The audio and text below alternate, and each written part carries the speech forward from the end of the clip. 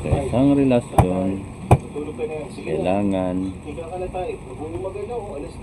may dala-dala kang titi. Kahit saan ka man ilalagay sa mundong ibabaw nito, basta may titi ka, dala-dala,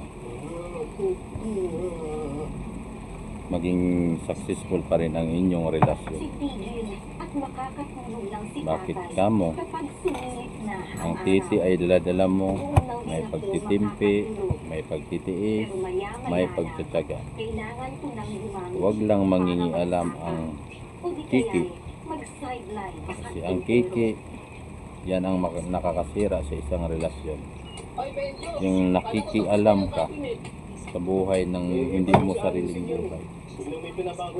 Kaya sana sa mga naging may karelasyon na malayo, kailangan lagi kayong may baon na titi at huwag kayong lumapit sa kiki.